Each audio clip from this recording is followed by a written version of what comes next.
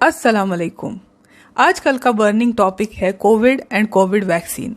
लोग ये उम्मीद में हैं कि कुछ ही समय में कोविड वैक्सीन अवेलेबल हो जाएगी, जिसकी वजह से हमारे को कोविड की बीमारी से राहत मिलेगी। तो आज मैं इस इशू पे कुछ रोशनी डालना चाहती हूँ। किसी भी वैक्सीन को डेवलप होने के लिए 6 स्टेजेस से पास होना जरूरी है। स्टेज 1 जिसमें देखा जाता है कि बीमारी किस जरासीम से होती है, उस पर रिसर्च होती है और एक कैंडिडेट वैक्सीन फॉर्म होती है। स्टेज 2 जिसको एनिमल टेस्टिंग बोलते हैं, जहां पे कैंडिडेट वैक्सीन एनिमल पे टेस्ट होता है। स्टेज 3 जिसको क्लिनिकल ट्रायल्स बोलते हैं या ह्यूमन ट्रायल्स, जो फर्दर फेज 1, फेज 2 और फेज 3 में सब डिवाइडेड है।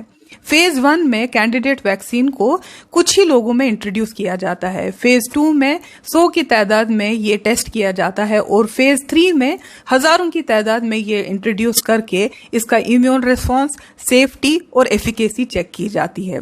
ये तीनों फेजेस जब पास होते हैं तो बताया जाता है कि क्लिनिकल ट्रायल्स कैंडिडेट वैक्सीन ने पास की है। इसके बाद ये स्टेज 4 में आते हैं, जिसको FDA अप्रूवल बोलते हैं। इसके बाद अप्रूवल होने के बाद ये स्टेज 5 में आती है, जहां पे मास मैन्युफैक्चरिंग होती है। ये काफी तादाद में वैक्सीन को मैन्युफैक्चर किया जाता है।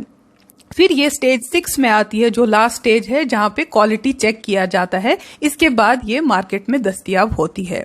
ये पूरे फेजेस को पास होने में किसी भी वैक्सीन को महीनों से सालों का टाइम लग सकता है, लेकिन कोविड पैंडेमिक में ये सिनेरियो में ये पूरे फेजेस को शॉर्टन किया गया है और ये कोशिश की है कि जल्द से जल्द फेजेस को पास किया जाए। अब प्रेजेंट सिनेरियो में कोविड के 160 candidate vaccine all over the world trial में है, जो वेरियस स्टेजेस ऑफ ट्रायल में है। इसमें से 23 वैक्सीन जो है वो क्लिनिकल ट्रायल्स में पहुंच गए हैं, मतलब स्टेज 3 में पहुंच गए हैं।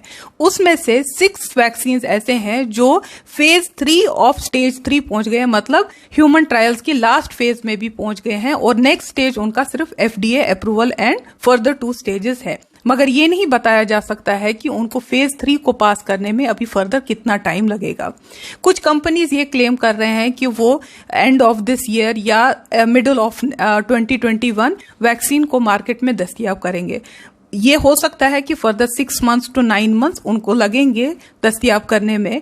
बहरहाल जितना भी टाइम अभी हम ये मार्केट में आने को लगे, हमको 3 बातें इंपॉर्टेंट ध्यान में रखनी है। नंबर 1 कि जब ये मार्केट में आएगी, सबसे पहले जो है ये हाई रिस्क ग्रुप में फ्रंट लाइन वर्कर्स में दिए जाएगी, जैसे डॉक्टर्स है, नर्सेज है, और हाई रिस्क पेशेंट्स में दिए जाएगी जिनको क्रॉनिक डिजीज है। उसके बाद जो है नेक्स्ट लेवल ऑफ लोगों में ये दस्तयाब होगी।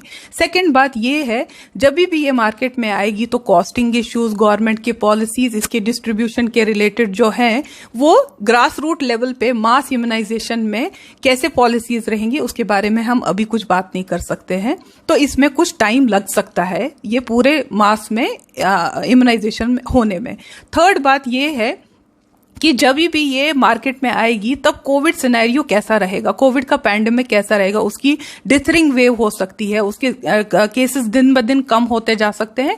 और उस वक्त ये जब मार्केट में हम लेंगे आएगी और हमारे लिए ये लेना कितना फ्रूटफुल रहेगा उसके बारे में इस वक्त हम कोई कमेंट नहीं कर सकते हैं।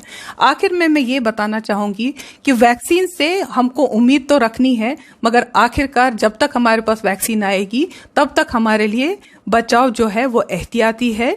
तो इसको लेके हमारे को पॉजिटिव रहना है, मगर एहतियात लेना जरूरी है। तो मैं ये बताऊंगी, stay positive and stay safe. Thank you.